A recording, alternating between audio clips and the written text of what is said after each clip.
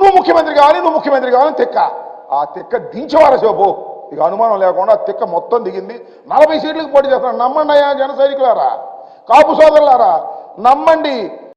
పవన్ కళ్యాణ్ గారికి చంద్రబాబు నాయుడు గారు 40 సీట్లు ఇచ్చాడని మీరు నమ్మాలి. ఇది పరిస్థితి. నేను అడుగుతా ఉన్నా, సీఎం సీఎం సీఎం అని కేకలేసి గొంతు చించుకున్నటువంటి పెద్దలు ఉన్నారే పాపం, కాపు సోదరులు, జన సైనికులు, వాళ్ళకి ఆ మీటింగ్కి వెళ్ళి రేపు అది ఎక్కడన్నా తాడేపల్లిగూడెం జరుగుతుంది. ఎమ్మెల్యే అని అరవండి. ఎమ్మెల్యే అని అరవడానికి కూడా ఇల్లేదు రేపు. ఎందుకంటే ఎమ్మెల్యే సీటు కూడా ప్రకటించరా. నాకు తెలియక అడుగుతా, చంద్రబాబు నాయుడు గారు ఎక్కడ పోటీ చేసేది ప్రకటించాడు, వాళ్ళ అబ్బాయి ఎక్కడ పోటీ చేసేది ప్రకటించాడు, వాళ్ళ బావమరిది బాలకృష్ణ మన లోకేష్ మామ ఎక్కడ పోటీ చేస్తాడో ప్రకటించాడు. కానీ నీకు 24 సీట్లు ఇస్తే ఎక్కడ పోటీ చేస్తావో ప్రకటించుకునే దశలో ఉన్నాయో నాకు అర్థం కాలేదు. అంటే రహస్యమా? పోటీ చేయవా? పార్లమెంట్కి ఏమైనా పోటీ చేస్తావా? ఎందుకులే గొడవని మళ్ళీ సీఎం అంటారేమో నీ అభిమానులు అని చెప్పేసి చంద్రబాబుని సీఎం అనిపించడం కోసం పార్లమెంట్కి పోటీ చేస్తావా? What is this? ఏమిటి కన్ఫ్యూజన్? Total confusion. ఇవాళ తెలుగుదేశం జనసేన టోటల్ కన్ఫ్యూజన్గా ఉంది. మీరు ఒక్కసారి ప్రెస్ మీట్ చూస్తే అర్థమైద్ది. ఆ ముఖాలు చూస్తే ఓడిపోయే ముఖాలు చాలా క్లియర్గా అర్థమైపోతాయి. పవన్ కళ్యాణ్ గారు మైక్ పిచ్చుకు ఏం మాట్లాడో, చంద్రబాబు నాయుడు గారు మైక్ పిచ్చుకుని ఏం మాట్లాడో చూస్తే ఓడిపోయే ముఖాలు చాలా స్పష్టంగా కనిపిస్తూ ఉన్నాయనే విషయాన్ని దయచేసి అర్థం చేసుకోమని ఈ సందర్భంగా నేను మనవి చేస్తున్నాను. చాలా అసలు నేను తెలియకడుగుతాను, ఒక సంకల్పం ఉందా నీకు? ఈ రాష్ట్రాన్ని ఏలాలనే సంకల్పం, ఈ పార్టీని దినదిన ప్రవర్ధమానంగా పెంచాలనే సంకల్పం, జనసేనని వృద్ధిలోకి తీసుకురావాలనే సంకల్పం నీకుందా? ఒక్కటి గుర్తుపెట్టుకోమని మనవి చేస్తున్నా. నిజమైన సంకల్పం ఉన్నవారు, నిజమైన చిత్తశుద్ధి ఉన్నవారు ఎలా ఉంటారో తెలుసుకో ఒక్కసారి. జగన్మోహన్ రెడ్డి లాగా ఉంటారని మనవి చేస్తున్నా.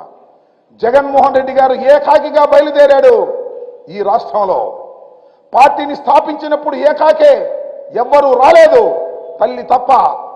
ఆయన వెనుకడుగు వేయలేదు, ఎవరి చంకో ఎక్కాలని ప్రయత్నం చేయలేదు. బ్రహ్మాండంగా ముందుకు వెళ్ళి జయించుకుంటూ వెళ్ళాడు. మొదటిసారి ముఖ్యమంత్రి కాకపోయినా ఎవరితో పొత్తు పెట్టుకోనన్నాడు, ప్రజలతోనే పొత్తు అన్నాడు, ప్రజలతోనే ముందుకు వెళ్తానన్నాడు. చివరికి రాష్ట్రంలో 151 సీట్లు గెలుచుకొని రాష్ట్రానికి ముఖ్యమంత్రి అయ్యాడు. మళ్ళా ముఖ్యమంత్రి కాబోతున్నాడు. 175 సీట్లు టార్గెట్గా వెళ్ళబోతున్నాం. నేర్చుకోవయ్యా, సిగ్గుంటే బుద్ధుంటే రాజకీయాలు తెలిసి ఉంటే నేర్చుకోమని మనం చేస్తున్నా. ఎవరి పల్లకియో మోయటానికి పార్టీలు పెట్టేటటువంటి దౌర్భాగ్యమైన పరిస్థితి.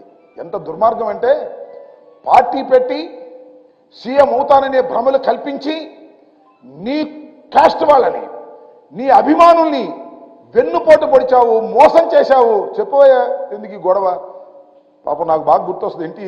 మన చిరంజీవి గారు చాలా సౌమ్యుడు, పార్టీ పెట్టాడు, 18 సీట్లు గెలుచుకున్నాడు. 1 కాదు 2 కాదు, 18 సీట్లు గెలుచుకున్నాడు. గెలుచుకుని ఇక రాజకీయాలు నావలేము అని విలీనం చేశాడు. శుభ్రంగా సినిమాలు తీసుకుంటున్నాడు. నువ్వు కూడా పల్లకి మోసి పరువు పోగొట్టుకోవడం కంటే విలీనం చేసి సినిమాలు తీసుకో. చిరంజీవి గారి లాగా, మీ అన్నగారి లాగా తీసుకో, ఆదర్శంగా ఉండు తప్ప ఇలా ఎందుకు మోసం చేస్తావని అడుగుతా ఉన్నా. నిజంగా నేను మనవి చేస్తున్నా. చాలా సందర్భాల్లో నేను చెప్పా, అనేక ప్రెస్ మీటింగ్లో చెప్పా. చాలామంది నన్ను అన్నారు, ఏమండి పవన్ కళ్యాణ్ గారు మీ కోపమా అని. కోపం కాదని మనవి చేస్తున్నా. పవన్ కళ్యాణ్ అనే వ్యక్తి, కొణిదెల పవన్ కళ్యాణ్ అనే ఒక రాజకీయ నాయకుడు కాదు. అతను రాజకీయాలు చేయాలని రాలేదు. అతను ఈ రాష్ట్రంలో ప్రజలకు మేలు చేయాలని రాలేదు. అతను వచ్చింది కేవలం చంద్రబాబు నాయుడు గారిని బ్రతికించాలనేటువంటి ప్రయత్నం. చాలా కాలం నుంచి చంద్రబాబు నాయుడు గారి సామాజిక వర్గానికి, అదేవిధంగా పవన్ కళ్యాణ్ గారి సామాజిక వర్గానికి మధ్యన ఉన్నటువంటి గల్ఫ్ని, తగాదాని సరిచేయటం కోసమే పార్టీ పెట్టాడయ్యా. నమ్మండి అయ్యా నా మాట. వంగవీటి మోహన్ రంగారావు గారిని హత్య చేసిన తర్వాత రెండిటికి మధ్యన అగాధం ఏర్పడితే ఆ అగాధానికి బ్రిడ్జి వేయటం కోసం పవన్ కళ్యాణ్ గారు పార్టీ పెట్టాడు. చంద్రబాబును మోయటం కోసం పార్టీని పెట్టాడు. చంద్రబాబును అధికారంలోకి తీసుకురావాలనే తాపత్రయంతో పార్టీ పెట్టాడనే విషయాన్ని నేను మనవి చేస్తున్నాను.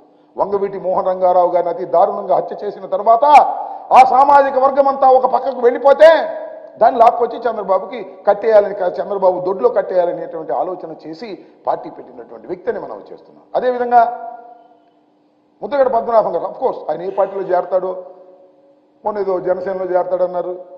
కానీ ఒకటి మనం చేస్తున్నాం, ముద్రగడ పద్మనాభం గారిని కూడా బ్రతికుండంగానే వేధించినటువంటి వ్యక్తి నారా చంద్రబాబు నాయుడు గారు కాదని అడుగుతా ఉన్నా. అలాంటి నారా చంద్రబాబు నాయుడు గారికి ఊడిగం చేయడానికి పార్టీ పెట్టి వాళ్ళు ఊడిగం చేస్తున్నావు. అసలు నువ్వు మైక్ పట్టుకుని మాట్లాడేటప్పుడు నీ ముఖంలో నెత్తురు చొక్కుందా? ద్రోహం చేస్తున్నాననేది నీ గుండె చెబుతుంది. అందువల్ల సరిగా మాట్లాడలేకపోయావనే విషయాన్ని కూడా ఈ సందర్భంగా నేను మనవి చేస్తున్నాను. కాబట్టి నేను ముఖ్యంగా ఈ రాష్ట్రంలో పొత్తు అనేది ఎప్పుడో నిర్ణయించేశాడు. ప్యాకేజీ కోసం పొత్తు పెట్టుకున్నాడో, లేకపోతే మరొక లాభం కోసం పొత్తు పెట్టుకున్నాడో, ఎప్పుడో పొత్తు పెట్టేసుకున్నాడు. కానీ ఇవాళ సీట్లు పంపకం విషయంలో చూస్తే నిజంగా ఏడవాలో నవ్వాలో నాకు కాదు, జన సైనికులకు అర్థమవుతా ఉంది. ఇది ఒక అపవిత్రమైనటువంటి పొత్తని అనేక సందర్భాల్లో మేము చెబుతున్నాం. దీనిలో ప్రజల్ని మోసం చేసేటటువంటి కార్యక్రమాలు నారా చంద్రబాబు నాయుడు గారు, లోకేష్ గారు తోడు దొంగలై వ్యవహరిస్తున్నారు. ప్రజల్ని మోసం చేసే కార్యక్రమంలో ఉన్నారు. వాళ్ళకి రాజకీయంగా బ్రతుకు లేదని తెలిసి ఒకరినొకరు పట్టుకొని మళ్ళా రా రా అని ఢిల్లీ తిరుగుతున్నారు. బీజేపీ వాళ్ళు వస్తారో రారో నాకు తెలియదు, వచ్చేస్తున్నారని చెబుతున్నారు. మరి వచ్చేవాళ్ళు అయితే వాళ్ళు లేకుండా ప్రెస్ మీట్ ఎందుకు పెట్టారు నాకు అర్థం కాలేదు. వాళ్ళకు కూడా భాగం ఉందని చెప్తున్నారు, వాళ్ళు మాత్రం మాట్లాడటం లేదు. Total confusion.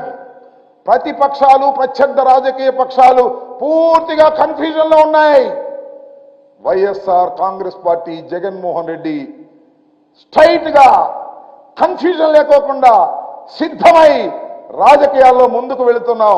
175 పోయినసారి కన్నా 151, పోయినసారి కన్నా ఎక్కువ 175 కొట్టి మళ్ళా ఈ రాష్ట్రంలో ముఖ్యమంత్రి కాబోతున్నాడు జగన్మోహన్ రెడ్డి గారు. జగన్మోహన్ రెడ్డి గారిని ఎదుర్కొనే దమ్ము లేక మీరిద్దరు కలిశారు. అదేమంటే ప్రజల శ్రేయస్సు కోసం కలిశారంట, రాష్ట్ర శ్రేయస్సు కోసం కలిశారంట. అదేమంటే విధ్వంసం జరుగుతుందట, దుర్మార్గమైన పాలన జరుగుతుందంట, ప్రజలందరూ వ్యతిరేకంగా ఉన్నారంట. మరి ప్రజలందరూ వ్యతిరేకంగా ఉంటే అసలు మీరెందుకు కలవటం? ప్రజలు ఓడిస్తారుగా.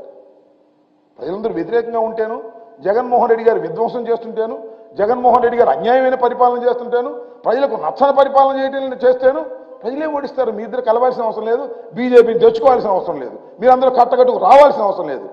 అంటే దీన్ని బట్టి లాజికల్గా అర్థమవుతున్నది ఏమిటంటే జగన్మోహన్ రెడ్డి గారు చాలా బలంగా ఉన్నాడు. ఇంతమంది కలిసినా జగన్మోహన్ రెడ్డి గారిని ఏమీ చేయలేనటువంటి దశలో ఉన్నాడు అనేది మీరు చెప్పకనే చెబుతున్నారనే అంశాన్ని దయచేసి అర్థం చేసుకోండి. త్వరలో జరగబోయేటటువంటి సార్వత్రిక ఎన్నికల్లో అద్భుతమైన విజయాన్ని వశం చేసుకోబోతున్నారు జగన్మోహన్ రెడ్డి గారు, వైఎస్ఆర్ కాంగ్రెస్ పార్టీ. మీరు ఎన్ని జిత్తులేసినా, ఎన్ని మాయమాటలు చెప్పినా, ఎన్ని పొత్తులు పెట్టుకున్నా పొద్దున్న మీ ప్రెస్ మీట్లోనే మీ కన్ఫ్యూజన్ ఏంటో అర్థమైపోయింది. చివరికి పవన్ కళ్యాణ్ గారు ఎక్కడ నిలబడతాడో కూడా ప్రకటించుకోలేని అధ్వాన్నమైన పరిస్థితుల్లో జనసేన రాజకీయ పక్షం ఉంది. జనసేనకి 24 సీట్లు ఇస్తే ఎన్నే ప్రకటించింది? 5 సీట్లు ప్రకటించారు, మిగతా 19 ప్రకటించుకోలేని పరిస్థితి. There so much of confusion. వాళ్ళకు ఒక పద్ధతి లేదు, ఒక వ్యవహారం లేదు. ఏదో స్వామి చెప్పింటూ విధానం చెడ్డ, ఫలితం ఉండాలట. పవన్ కళ్యాణ్ గారు జనసేనతో పొత్తు, పవన్ కళ్యాణ్ గారు భారతీయ జనతా పార్టీతో పొత్తులో ఉన్నానో అని ఆయన చెబుతున్నాడు. భారతీయ జనతా పార్టీ కూడా మాకు పవన్ కళ్యాణ్ పొత్తులో ఉన్నాడని చెబుతున్నారు. ఆ పొత్తులో ఉన్న ఆయన వచ్చి వీళ్ళ పక్కన కూర్చుని మరి సీట్లు పంపకం చేసుకున్నాడు. ఇదేం పొత్తు, ఇదేం వ్యవహారమో, ఇదేమి మోసమో, ఇదేమి అన్యాయమో, ఇదేనా విధానం చెడ్డాడు, ఫలితం లేదు. కేవలం 24 సీట్లకు కక్కుర్తి పడి ఇవాళ చంద్రబాబు నాయుడు గారి పల్లకి మోసే దశకు పవన్ కళ్యాణ్ గారు వెళ్ళాడు. కానీ నేను మనవి చేస్తున్నా, పవన్ కళ్యాణ్ గారి సామాజిక వర్గం కానీ, పవన్ కళ్యాణ్ గారి అభిమానులు కానీ ఈ ప్యాకేజ్ రాజకీయాల్లో బలి కాకండి. ఆయన పల్లకి మోయటానికి పవన్ కళ్యాణ్ గారు వెళ్ళినా మీరు వెళ్ళకండి. వెళ్ళారంటే ఇంతే సంగతులు ఈ రాష్ట్రాన్ని సర్వనాశనం చేస్తారనే విషయాన్ని మీరు గమనించాలని ఈ సందర్భంగా నేను మనవి చేస్తూ, రాబోయే ఎన్నికల్లో జగన్మోహన్ రెడ్డి గారి నాయకత్వంలో ఉన్నటువంటి రాజకీయ పక్షం వైఎస్ఆర్ కాంగ్రెస్ పార్టీ ఎందరు కలిసి వచ్చినా, ఎన్ని కట్టగట్టుకొచ్చినా, ఎన్ని గుంపులుగా వచ్చినా వైఎస్ఆర్ కాంగ్రెస్ పార్టీ 175 సీట్లు టార్గెట్గా పెట్టుకొని వెళుతున్నాం. విజయం మళ్ళా వైఎస్ఆర్ కాంగ్రెస్ పార్టీ పొందబోతుంది. జగన్మోహన్ రెడ్డి గారు ముఖ్యమంత్రి కాబోతున్నారనే విషయాన్ని ఈ సందర్భంగా నేను మీ ద్వారా వారికి చెప్పదలుచుకున్నాను.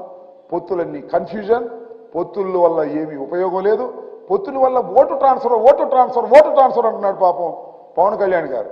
ఓటు ట్రాన్స్ఫర్ కావాలి, ఓటు ట్రాన్స్ఫర్. నీకు 25 ఇస్తే ఎందుకు చేయాలి ఓటు ట్రాన్స్ఫర్? బుద్ధి ఉండేవాడు చేస్తాడు ఓటు ట్రాన్స్ఫర్లు ఎందుకు చేయాలి? చంద్రబాబు నాయుడు గారు ముఖ్యమంత్రి కావడం కోసం నీ మాటని ఓటు ట్రాన్స్ఫర్ చేయాల్సిన అవసరం ఏముంది? ఈ రాష్ట్రానికి పట్టినటువంటి శని చంద్రబాబు నాయుడు గారని ప్రజలు వదిలించుకున్నారు. మళ్ళీ ఆ శనిని పట్టుకొచ్చి ఓటు ట్రాన్స్ఫర్ చేయండి, కాపులందరూ చంద్రబాబు నాయుడు గారికి వెయ్యండి అని చెప్పేటటువంటి దౌర్భాగ్యమైన పరిస్థితుల్లోకి వెళ్ళారు పవన్ కళ్యాణ్ గారు. కాస్త జ్ఞానం ఉన్నటువంటి ఏ కాపు కులస్తుడు కూడా పవన్ కళ్యాణ్ గారి మాట వినేటటువంటి పరిస్థితుల్లో లేరని వాస్తవాన్ని మీరు తెలుసుకోవాలంటే ఎన్నికలు అవ్వాలి, లేదా ఎన్నికల ట్రెండ్ ఏంటో తెలుసుకోండి.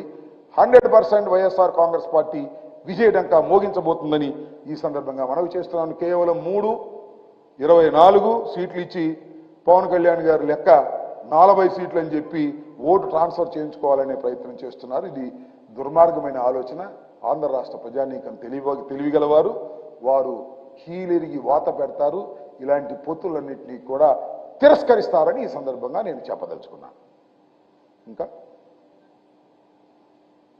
ఓకే.